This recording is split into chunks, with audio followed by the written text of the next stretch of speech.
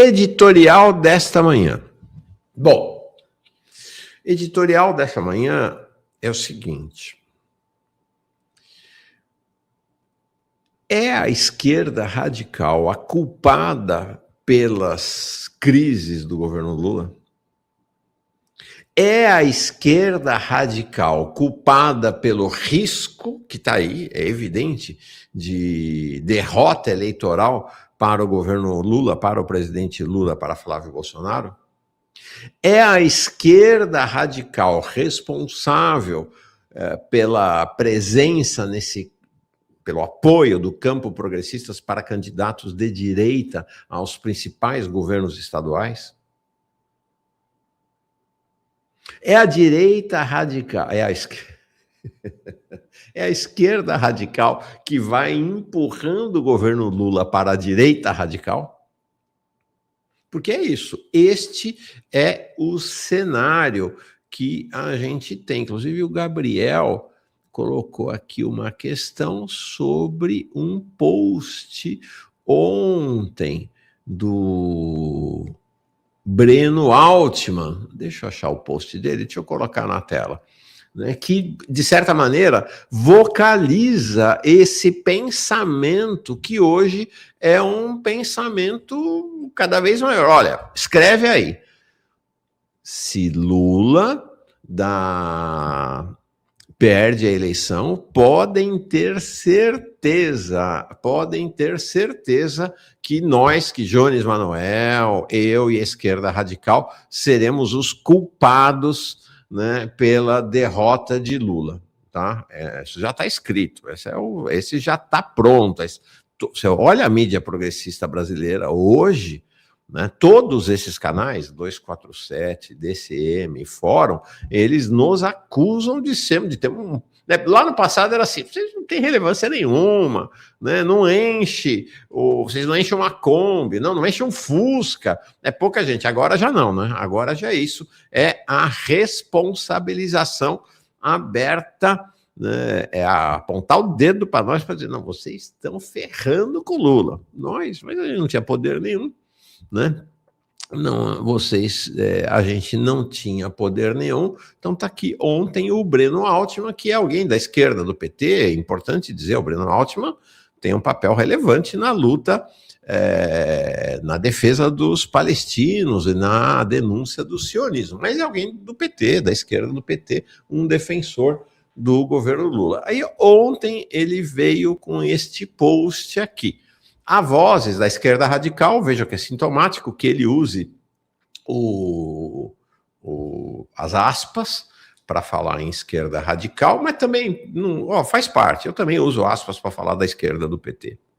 Então tá bom, faz parte do jogo, do debate, da polêmica política. Ele diz, há vozes da esquerda radical, não todas, talvez a minoria, que parecem desejar a derrota de Lula para a direita. Possivelmente considere o fracasso do PT como decisivo para o seu próprio sucesso junto aos trabalhadores que lhes passariam a dar ouvidos. Isso pode, produção. Ele está aqui vocalizando algo que é recorrente e até, diria, com uma certa delicadeza. O que a gente tem visto por aí é coisa muito mais agressiva do que este post do Breno Altman. O que a gente vê por aqui, olha, tem alguém aqui, imagino que seja progressista, dizendo, acho que vocaliza bem mais aqui, o Francisco Girleno Oliveira, vocês da esquerda radical burra preferem a volta dos Bolsonaros, né? Então, essa é a lógica com a qual eles operam.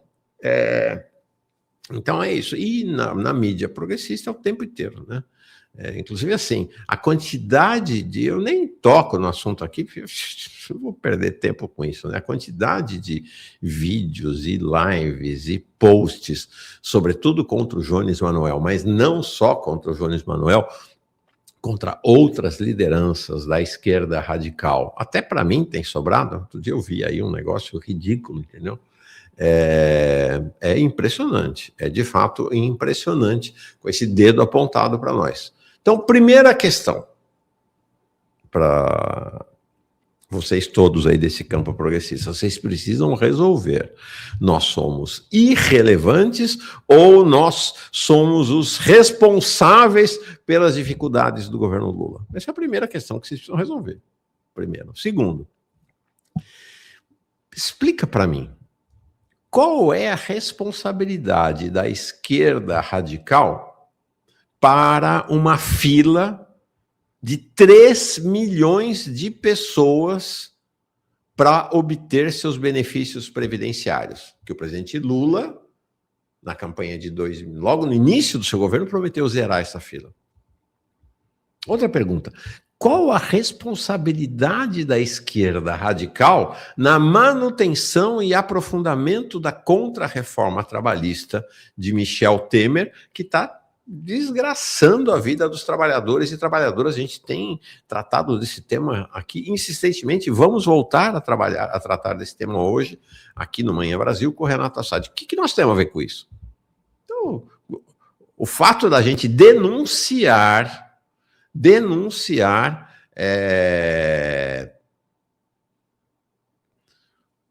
que Lula não cumpriu a promessa de revogar a contra-reforma trabalhista de Temer. Ao contrário, está aprofundando a reforma trabalhista de Temer, de mãos dadas com a STF, inclusive.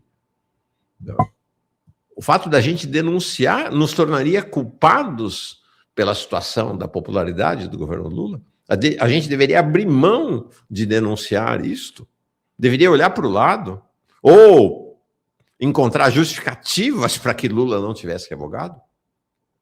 Qual é a responsabilidade da esquerda radical pelo fato de Lula ter traído a sua promessa feita e refeita na campanha eleitoral de reestatizar a Eletrobras, e não só não ter reestatizado, como ter, de mãos dadas com a Advocacia Geral da União e os donos da Eletrobras, André Esteves, Jorge Paulo Lemann, ter finalizado o processo de privatização? Qual é a responsabilidade que nós temos?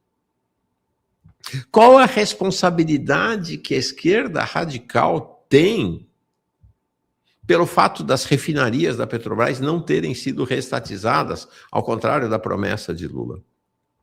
Qual a responsabilidade da esquerda radical nesses 3 anos pela existência de um teto de gastos, quando Lula prometeu, mas ele prometeu, reprometeu, triprometeu na campanha eleitoral que jamais o país voltaria a ter um teto de gastos? Que responsabilidade nós temos? Aí a responsabilidade nossa, na visão dessa turma, né, dos progressistas, sobretudo dos petistas, a responsabilidade da esquerda radical é de fazer a denúncia. Vocês querem o quê? Que a esquerda radical traia os trabalhadores e passe a apoiar o Haddad, o arcabouço fiscal? Desculpa.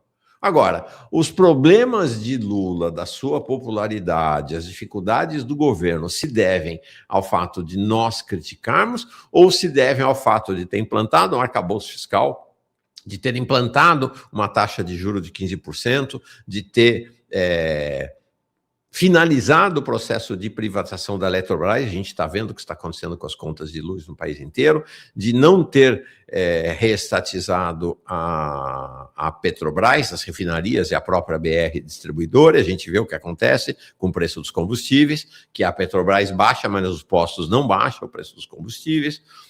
A responsabilidade entendeu? É a nossa, é a contra-reforma trabalhista e a miserabilidade a que está sendo lançada a classe trabalhadora no Brasil, a responsável pelas dificuldades de popularidade de Lula, ou é a nossa crítica? A responsável pela queda da popularidade dos indígenas, a esquerda radical indígena, que é quem está à frente do processo, da luta para obstaculizar, para inviabilizar, para impedir a privatização dos rios do Amazonas e a hidrovia, nesse caso aqui, inclusive a luta mais aguda nesse momento, é o estabelecimento da hidrovia do Tapajós a ser entregue para Cargill por decreto de Lula. A culpa é dos indígenas?